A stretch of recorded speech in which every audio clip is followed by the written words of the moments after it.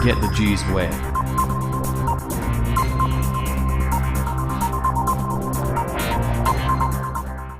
नमस्कार दोस्तों, स्वागत है आपका हमारे YouTube चैनल द जीएस वे में। दोस्तों हम लोग करा रहे हैं RRB group D NTPC CBT 2 की तैयारी। इसमें हम लोग प्रैक्टिस सेट 7 की बात करेंगे। मोस्ट एक्सपेक्टेड क्वेश्चन, जीके और साइंस की पूरी तैयारी दोस्तों हमारे चैनल द जीएस वे में हम लोग करा रहे हैं। और दोस्तों अगर अभी तक आपने चैनल को सब्सक्राइब नहीं किया है तो प्लीज़ चैनल को ज़रूर सब्सक्राइब कर लें और हमारे टेलीग्राम चैनल से ज़रूर जुड़ जाएँ। उसकी लिंक डिस्क्रिप्शन में दे दी गई है। चलिए शुरू करते हैं आज का पहला प्रश्न। रुक्मिणी देवी अरुंडेल निम्नलिखित में से किस किस नृत्य शैली से जुड़ी हैं। दोस्तों आपको इसमें 5 सेकंड का वक्त दिया जाएगा मुश्किल से हम लोग। तो रुक्मिणी देवी अरुंडेल निम्नलिखित में से दोस्तों भरतनाट्यम, ऑप्शन बी इसका सही उत्तर हो जाएगा। भरतनाट्यम से जुड़ी हुई हैं। दोस्तों रुक्मिणी देवी अरुंडेल एक भारतीय शास्त्रीय नृत्यांगना थी जिन्होंने भरतनाट्यम नृत्य के पुनर्जागरण का नेतृत्व किया और मद्रास अब चेन्नई में दोस्तों कला क्षेत्र फाउंडेशन की स्थापना की। याद रखिएगा। नेक्स्ट दूसरा प्रश्न, कृत्रिम बुद्धिमत्ता और robotics technology park art park कहाँ स्थित है। तो यह दोस्तों स्थित है आपका कृत्रिम बुद्धिमत्ता और robotics technology park art park जो कि स्थित दोस्तों आपका बेंगलुरु में। कहाँ पे? बेंगलुरु में। ऑप्शन सी इसका सही उत्तर हो जाए। बेंगलुरु में स्थापित एक कृत्रिम बुद्धिमत्ता और robotics technology park art park कृत्रिम बुद्धिमत्ता में प्रौद्योगिकियों नवाचारों को बढ़ावा देगा और भारत के लिए स्वास्थ्य सेवा, शिक्षा, गतिशीलता, बुनियादी ढांचा, कृषि, खुदरा और साइबर सुरक्षा में महत्वाकांक्षी मिशन मोड अनुसंधान और विकास परियोजनाओं को निष्पादित करके सामाजिक प्रभाव को बढ़ावा देगा और ध्यान केंद्रित करेगा। याद रखिएगा, इंपॉर्टेंट है प्रश्न। अब दोस्तों बेंगलुरु की बात हो तो बेंगलुरु दोस्तों राजधानी है दोस्तों कर्नाटक की। याद रखिएगा। और मुख्यमंत्री हैं बेंगलुरु के कर्नाटक के राज्यपाल हैं थावरचंद गहलोत और मुख्यमंत्री हैं बसवराज बोम्मई। याद रखिएगा दोस्तों, कर्नाटक की राजधानी है बेंगलुरु, मुख्यमंत्री हैं बसवराज बोम्मई और राज्यपाल हैं दोस्तों थावरचंद गहलोत। नेक्स्ट तीसरा प्रश्न, निम्नलिखित में से कौन मृत्स्य महाजनपद की राजधानी थी। तो मृत्स्य महाजनपद की राजधानी थी दोस्तों विराटनगर। कौन सा नगर? विराटनगर। ऑप्शन सी इसका सही उत्तर हो जाएगा। ऑप्शन सी इसका सही उत्तर हो जाएगा, विराटनगर मृत्स्य महाजनपद की राजधानी थी दोस्तों। ये अब मृत्स्य साम्राज्य की बात करेंगे दोस्तों। यह कुरु के पास मध्य भारत में स्थित था और इसकी स्थापना उपरीरा वासु के पुत्र मृत्स्य द्विवेद ने की थी तथा उपरीरा के अन्य पुत्र बृहद्रथ जो कि दोस्तों मगध की स्थापना इन्होंने की थी और मावेला, यदु, मणिवाहन और राजन्य थे। याद रखिएगा। और मृत्स्य की राजधानी दोस्तों विराटनगर राजस्थान के जयपुर जिले में वर्तमान विराट में दोस्तों ये है आपका विराटनगर। इसके अलावा जो आपका कौशाम्बी, इंद्रप्रस्थ और मथुरा है दोस्तों, इसकी बात करेंगे हम लोग। कौशाम्बी दोस्तों वत्स साम्राज्य की राजधानी थी। किसकी? वत्स साम्राज्य की राजधानी थी। और इंद्रप्रस्थ जो कि दोस्तों कुरु साम्राज्य की राजधानी थी। और मथुरा जो कि दोस्तों सुरसेना राज्य की राजधानी है। नेक्स्ट चौथा प्रश्न, निम्नलिखित में से किस राजा ने हर्षवर्धन को हराया था। दोस्तों ये प्रश्न आपका मोस्ट एक्सपेक्टेड क्वेश्चन है, मतलब मोस्ट इंपॉर्टेंट क्वेश्चन। याद रखिएगा, आपका ये एग्जाम में बहुत बार पूछा गया ये प्रश्न आपका। तो ये हो जाएगा दोस्तों पुलकेशिन द्वितीय। किसने? पुलकेशिन द्वितीय ने राजा ने हर्षवर्धन को हराया था। ऑप्शन बी इसका सही उत्तर हो जाएगा। चालुक्य वंश के राजा पुलकेशिन द्वितीय ने हर्षवर्धन को तब हराया जब वह भारत के दक्षिणी प्रायद्वीप में अपने साम्राज्य का विस्तार करना चाहता था। अब चालुक्य वंश की स्थापना दोस्तों किसने की थी? तो चालुक्य वंश की स्थापना की थी दोस्तों पुलकेशिन प्रथम ने की थी। याद रखिएगा, कब की थी? 543 में की थी। नेक्स्ट पांचवा प्रश्न, कौन सा राज्य मैग्नीज का सबसे बड़ा उत्पादक राज्य है। तो मैग्नीज का सबसे बड़ा उत्पादक राज्य है दोस्तों आपका उड़ीसा। ऑप्शन डी इसका सही उत्तर हो जाएगा। उड़ीसा भारत में मैगजीन का सबसे बड़ा उत्पादक राज्य है। और भारत में मैगजीन का दूसरा सबसे बड़ा उत्पादक राज्य पूछ सकता है दोस्तों, तो ये है आपका मध्य प्रदेश। क्या है? मध्य प्रदेश, जो दोस्तों दूसरे नंबर पर है। अब मैग्नीज की खोज किसने की थी, आपसे प्रश्न पूछ सकता है। तो मैग्नीज की खोज दोस्तों जोहान गॉटलीब गॉन ने की थी। किसने की थी? जोहान गॉटलीब गॉन ने की थी मैग्नीज की खोज। मैग्नीज के उपयोग क्या क्या होते हैं दोस्तों? शुष्क सेल बैटरी में उपयोग किया जाता है इसका। पेंट में काले भूरे रंग के वर्णक के रूप में उपयोग किया जाता है। इस्पात के उत्पादन में उपयोग किया जाता है। रेलवे पटरियों, राइफल, बैरल, तिजोरियों और जेल की सलाखों के लिए उपयोग किया जाता है मैग्नीज का। अब दोस्तों उड़ीसा की बात हुई तो उड़ीसा की राजधानी दोस्तों भुवनेश्वर। मुख्यमंत्री हैं दोस्तों नवीन पटनायक तथा राज्यपाल हैं दोस्तों गणेशी लाल। नेक्स्ट, छठा प्रश्न, कैबिनेट मिशन योजना द्वारा बनाई गई योजना के तहत संविधान सभा का गठन कब किया गया था? तो कैबिनेट मिशन योजना द्वारा बनाई गई योजना के तहत संविधान सभा का गठन किया गया दोस्तों दिसंबर 1946 में। ऑप्शन बी इसका सही उत्तर हो जाएगा। दोस्तों नवंबर 1946 में कैबिनेट मिशन योजना द्वारा बनाई गई योजना के तहत संविधान सभा का गठन किया गया था और 6 दिसंबर 1946 को आधिकारिक रूप से संविधान सभा की स्थापना की गई तथा संविधान सभा की पहली बैठक की बात करेंगे दोस्तों तो ये 9 दिसंबर 1946 को। कब हुई थी दोस्तों? 9 दिसंबर 1946 को। याद रखिएगा, इंपॉर्टेंट है 1946 को। और पहली बैठक दोस्तों इसमें 9 महिलाओं सहित 207 सदस्यों के साथ आयोजित की गई थी। और इसमें तो संविधान सभा ने अपनी पहली बैठक के दौरान सच्चिदानंद सिन्हा को अस्थायी अध्यक्ष नियुक्त किया था। और 11 दिसंबर को दोस्तों राजेंद्र प्रसाद जी ने 11 दिसंबर 1946 को अपनी बैठक के दौरान स्थायी अध्यक्ष के रूप में कार्य किया था। नेक्स्ट, सातवां प्रश्न, नीति आयोग में नीति का क्या अर्थ है? तो नीति आयोग में नीति का अर्थ है दोस्तों national institution for transforming India. Option D इसका सही उत्तर हो जाएगा। नीति आयोग दोस्तों एक संवैधानिक निकाय नहीं है, याद रखिएगा। इसकी स्थापना 1 जनवरी 2015 को हुई थी। इसका गठन दोस्तों योजना आयोग के स्थान पर किया गया। योजना आयोग का ही नाम बदलकर दोस्तों नीति आयोग किया गया है। और इसके पदेन अध्यक्ष कौन होते हैं दोस्तों? प्रधानमंत्री होते हैं तथा ये भारत सरकार की प्रमुख नीति थिंक टैंक है जो दिशात्मक और नीतिगत दोनों इनपुट प्रदान करती है। अध्यक्ष की तो बात करेंगे दोस्तों नरेंद्र मोदी प्रधानमंत्री भारत के प्रधानमंत्री हैं। उपाध्यक्ष हैं दोस्तों डॉक्टर राजीव कुमार और मुख्य कार्यकारी अधिकारी सीईओ हैं दोस्तों नीति आयोग के अमिताभ कांत। अब पूर्णकालिक सदस्य की बात करेंगे दोस्तों श्री वी के सारस्वत और प्रोफेसर रमेश चंद्र और डॉक्टर वी के पाल दोस्तों पूर्णकालिक सदस्य हैं इसके। नेक्स्ट, आठवां प्रश्न, नाबार्ड की स्थापना की गई थी? तो नाबार्ड की स्थापना की गई थी दोस्तों 1982 में। ऑप्शन सी इसका सही उत्तर हो जाए। नाबार्ड दोस्तों इसका हो जाएगा फुल फॉर्म हो जाएगा कृषि और ग्रामीण विकास के लिए राष्ट्रीय बैंक। और नाबार्ड देश के ग्रामीण क्षेत्र पर मुख्य रूप से ध्यान केंद्रित करने वाला एक विकास बैंक है। और यह कृषि और ग्रामीण विकास के लिए वित्त प्रदान करने वाला शीर्ष बैंकिंग संस्थान है। और इसका मुख्यालय कहाँ पे है दोस्तों नाबार्ड का? इसका मुख्यालय है मुंबई में, याद रखिएगा मुंबई में है। और इसकी स्थापना कब हुई थी दोस्तों? 1982 में, 1982 में। नेक्स्ट, नवा प्रश्न, प्लान्ड इकोनॉमी फॉर इंडिया पुस्तक किसने लिखी है? तो प्लान्ड इकोनॉमी फॉर इंडिया लिखी है दोस्तों M Visvesvaraya. M Visvesvaraya. Option C इसका सही उत्तर हो जाएगा। भारत में दोस्तों आर्थिक नियोजन शुरू करने का प्रयास एक प्रसिद्ध इंजीनियर और राजनीतिक एम विश्वेश्वरैया ने 1934 में अपनी पुस्तक प्लान्ड इकोनॉमी फॉर इंडिया के माध्यम से किया था। और पुस्तक में अपने आर्थिक पहलुओं और देश के समस्याओं के संबंध हाल ही के वैश्विक अनुभव के आधार पर कुछ साहसी समाधानों को अपनाने का में भारतीय स्थिति का एक संक्षिप्त विवरण दिया है। याद रखिएगा planned economy for India M Visvesvaraya ने की पुस्तक है। नेक्स्ट, 10वां प्रश्न, जब अकबर युवा था तो उसका संरक्षक कौन था? तो जब अकबर युवा था तो उसका संरक्षक था दोस्तों बैरम खां। ऑप्शन सी इसका सही उत्तर हो जाएगा। 1556 ईस्वी में अकबर ने दोस्तों कलानौर पंजाब राज्य का आरोहण किया, मतलब हथिया या कुछ भी बोल सकते हैं इसमें। तथा अकबर ने बैरम खां के संरक्षण में शासन शुरू किया क्योंकि उसे 13 साल की उम्र में शासक बना दिया गया था।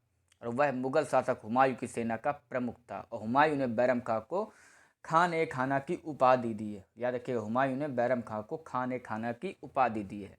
और पानीपत के द्वितीय युद्ध 1556 ईस्वी में बैरम खां ने मुगल सेना का नेतृत्व किया था। नेक्स्ट, 11वां प्रश्न, GMT और IST के बीच अंतर है।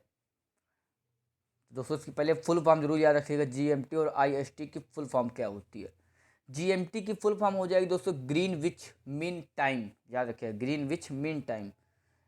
तथा IMT की बात करेंगे तो भारतीय मानक समय, याद रखिएगा। GMT आपका उसमें हो जाएगा कि प्राइम मेरिडियम या फिर 0 डिग्री से देशांतर लंदन के पास ग्रीनविच से होकर गुजरता है और ब्रिटिश रॉयल ऑब्जर्वेटरी में गणना किए गए स्थानीय समय को प्राइम मेरिडियम के लिए सटीक समय माना जाता है और इसे ग्रीनविच मीन टाइम या फिर GMT कहा जाता है। और अपने भारत की बात करें, किसी देश की क्षेत्रीय सीमाओं के भीतर यथासंभव समय की एकरूपता बनाए रखने के लिए देश के केंद्रीय मध्याह्न काल में मानक मध्याह्न के रूप में लिया जाता है और इसके स्थानीय समय को पूरे देश के लिए मानक समय के रूप में लिया जाता है, याद रखिएगा। इसमें हो जाएगा दोस्तों आपका 5 घंटे 30 मिनट, ऑप्शन बी इसका सही उत्तर हो जाएगा। बीच अंतर दोस्तों 5 घंटे 30 मिनट का अंतर हो जाता है। नेक्स्ट 12वां प्रश्न, एस किस महासागर का आकार है। तो एस दोस्तों अंध महासागर, कहाँ का, ऑप्शन सी इसका सही उत्तर है, अंध महासागर। एस जो कि अक्षर का आकार बनाने वाला, याद रखिएगा, एस अक्षर का आकार बनाने वाला महासागर अंध महासागर, यदि इसे विश्व मानचित्र पर करीब से देखा जाएगा तो दोस्तों ये एस आकार का बनता है, अक्षर का बनता है। आर्कटिक महासागर दोस्तों बेरेट्स सागर, नॉर्वेजियन सागर, ग्रीनलैंड सागर और डेनमार्क जलमंडलों के माध्यम से जुड़ा हुआ है। अब दोस्तों प्रशांत महासागर की बात कर लेंगे आप में, जो इसमें प्रशांत महासागर लिखा है, तो ये दोस्तों पृथ्वी पर सबसे बड़ा और सबसे गहरा महासागर है। डायरेक्ट प्रश्न पूछा जाता है कि पृथ्वी पर सबसे बड़ा महासागर कौन सा है और गहरा महासागर कौन, तो दोस्तों प्रशांत महासागर। इस महासागर का विस्तार उत्तर में आर्कटिक महासागर से लेकर दक्षिण में दक्षिणी महासागर तक का है। यह महासागर एशिया, ऑस्ट्रेलिया और अमेरिका के महाद्वीपों से भी घिरा है, याद रखिएगा। भूमध्य सागर की बात कर लेंगे हम लोग, तो ये प्राचीन काल के व्यापारियों और यात्रियों के लिए समुद्र तक एक महत्वपूर्ण और प्रसिद्ध मार्ग था।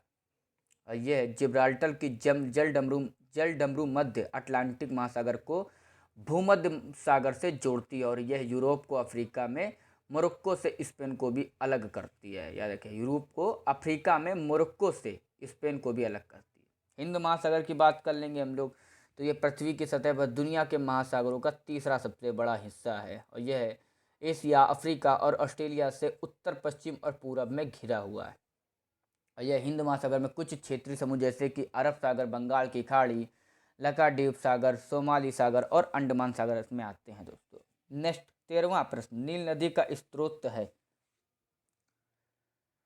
तो नील नदी का स्रोत है दोस्तों विक्टोरिया झील। क्या झील, विक्टोरिया झील, ऑप्शन डी इसका सही उत्तर हो जाएगा। विक्टोरिया झील दोस्तों, जिसे अफ्रीका की सबसे बड़ी झील और नील नदी का प्रमुख जलाशय विक्टोरिया न्यानजा भी कहा जाता है, याद रखिएगा। विक्टोरिया झील अफ्रीका की सबसे बड़ी झील है। आपको प्रश्न दोस्तों बनाने के लिए, आपको समझने के लिए, बस जो मैं करा रहा हूँ उसमें ही जो थ्योरी अलग से बताता हूँ उसको जरूर ध्यान से सुना करिए, क्योंकि उसमें भी दोस्तों बहुत से प्रश्न बन जाते हैं। क्योंकि कभी कभी होता है कि कुछ चीज़ बताने से ही आपको एक्स्ट्रा जानकारी मिल जाती है और अपने आप एग्जाम में कि उन्होंने ये बताया तो आपको याद आ जाता है दोस्तों। ये दोस्तों पृथ्वी पर तीसरी सबसे बड़ी ताजे पानी की झील है।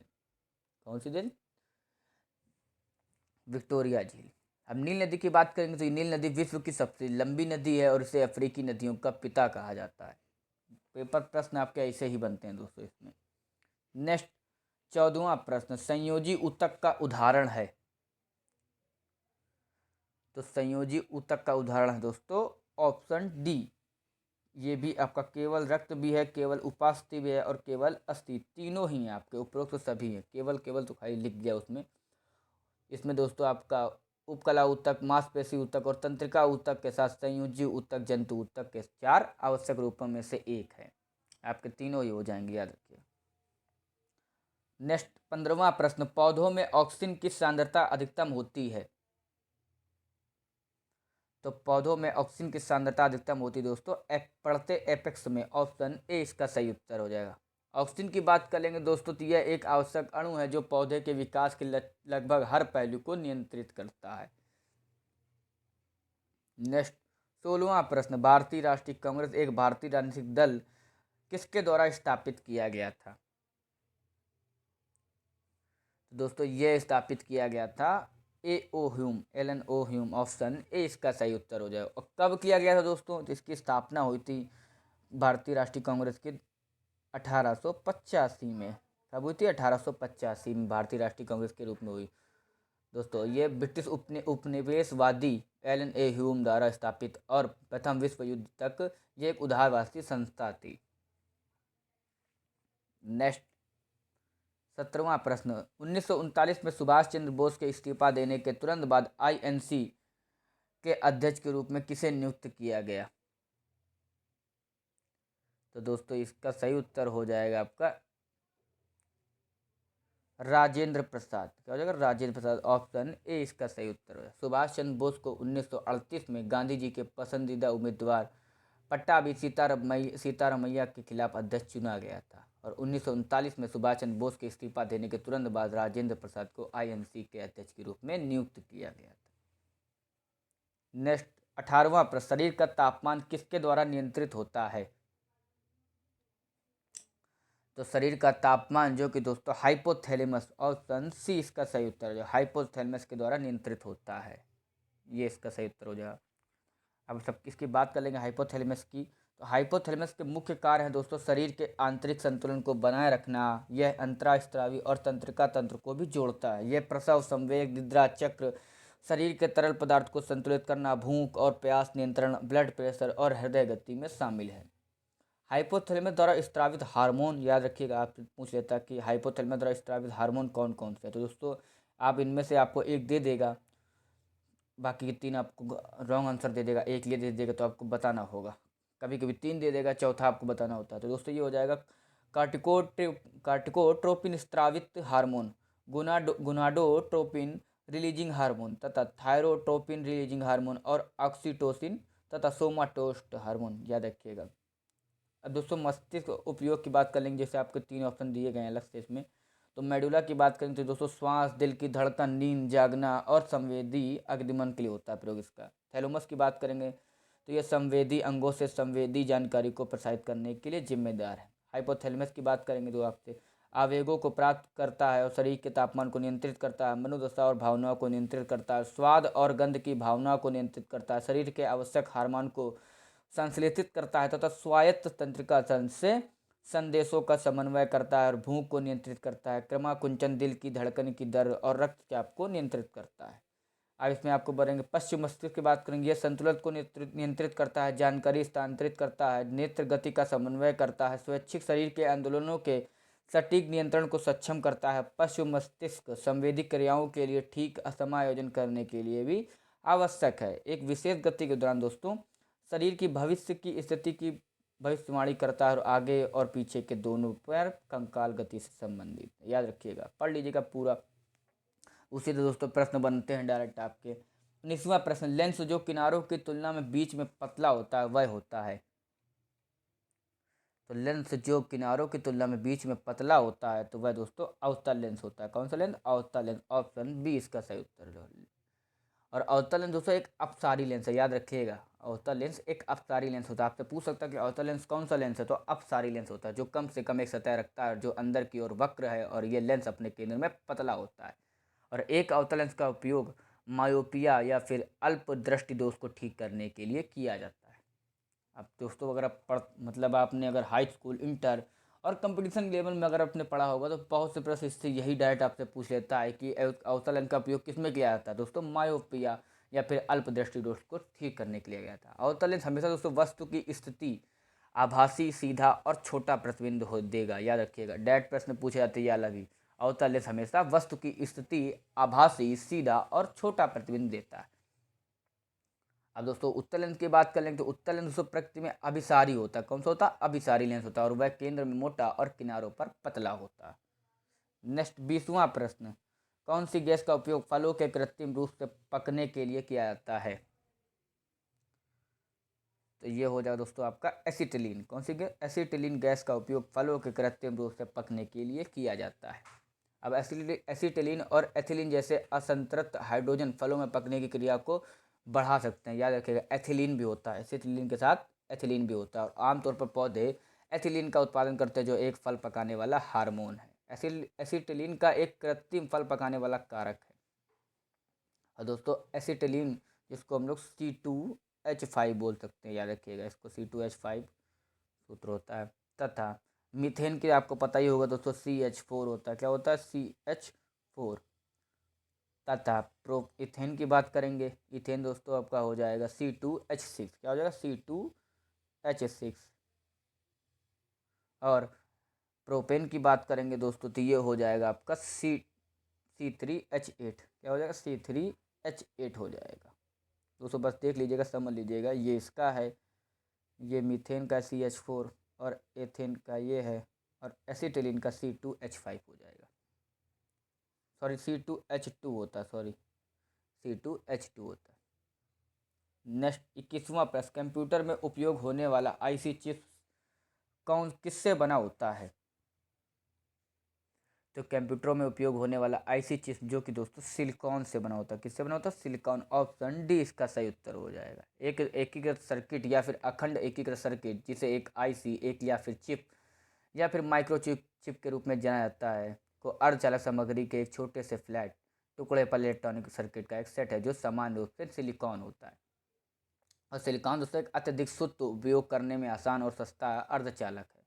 डैट प्रश्न ये भी पूछेगा, सिलिकॉन कैसा चालक है दोस्तों? चालक, अर्धचालक, तो दोस्तों अर्धचालक है, याद रखिएगा।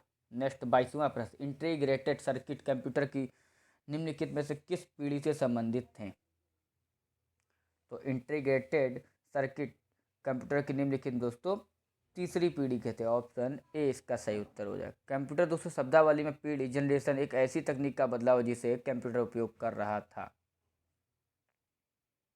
नेक्स्ट 23वां प्रश्न, धातु जब तनु अम्लों के साथ अभिक्रिया करती है तो कौन सी गैस उत्पन्न करती है? धातु जब तनु अम्लों के साथ अभिक्रिया करती है तो दोस्तों हाइड्रोजन गैस उत्पन्न होती है। कौन सी गैस? हाइड्रोजन। ऑप्शन डी इसका सही उत्तर हो जाएगा। नेक्स्ट 24वां प्रश्न, the struggle is my life किसकी आत्मकथा है? तो the struggle is my life दोस्तों ये है नेल्सन मंडेला जी की। किसकी? Nelson Mandela. ऑप्शन बी इसका सही उत्तर हो जाएगा। नेल्सन मंडेला की बात करेंगे तो ये दक्षिण अफ्रीका के पहले अश्वेत राष्ट्रपति थे, और इनका जन्म 18 जुलाई 1918 को हुआ था। और दोस्तों संयुक्त राष्ट्र मंडेला दिवस पहली बार 18 जुलाई 2010 को मनाया गया था। अब मंडेला को उनकी रंग भेद विरोधी गतिविधियों और गरीब के खिलाफ लड़ने और सभी के लिए न्याय को बढ़ावा देने के लिए याद किया जाता है। अब मंडेला का निधन दोस्तों, नेल्सन मंडेला जी का निधन 5 दिसंबर 2013 को हुआ था। इनकी अन्य पुस्तकों की बात कर लेंगे कि लॉन्ग वॉक टू फ्रीडम ये है दोस्तों एक, तथा the prison letter of Nelson Mandela, तो तीसरी है दोस्तों डेयर नॉट लिंगर, और चौथी है the struggle is my life, ये दोस्तों जो हम लोगों ने पूछा था अभी। नेक्स्ट 25वां प्रश्न, नागार्जुन सागर बांध निम्नलिखित में से किस नदी पर स्थित है? तो नागार्जुन सागर बांध जो कि दोस्तों कृष्णा नदी पर स्थित। किसमें? कृष्णा नदी। ऑप्शन डी इसका सही उत्तर है। कृष्णा नदी की बात करेंगे, कृष्णा नदी के पार नागार्जुन सागर बांध नलगोंडा जिले तेलंगाना और गुंटूर जिले आंध्र प्रदेश की सीमा पर स्थित है। यह विश्व का सबसे बड़ा और उच्चतम चिनाई वाला बांध है। अब दोस्तों अन्य बात कर लेंगे कौन कौन से राज्यों में जैसे है बांध, नदी और राज्य। टिहरी बांध दोस्तों भागीरथी नदी पार है, जो उत्तराखंड में। भाखड़ा नांगल बांध की बात करेंगे, सतलज नदी हिमाचल प्रदेश में है। नागार्जुन सागर बांध जिसकी हम लोगों ने बात की दोस्तों, कृष्णा नदी तेलंगाना और आंध्र प्रदेश में है। अलमट्टी बांध जो कि दोस्तों कृष्णा नदी पर ये भी है, ये कर्नाटक राज्य में बहती है। और श्रीशैलम बांध इसकी बात करेंगे तो दोस्तों ये कृष्णा नदी आंध्र प्रदेश में है। दोस्तों आई होप आपको वीडियो अच्छी लगी हो। अगर अच्छी लगे तो इसको लाइक करें, कमेंट करें, एंड प्लीज़ चैनल को सब्सक्राइब करें। और दोस्तों टेलीग्राम से भी जरूर जुड़ जाएं, उसकी लिंक आपको डिस्क्रिप्शन में दे दी जाएगी, उसमें आप ऐड हो जाएं। धन्यवाद।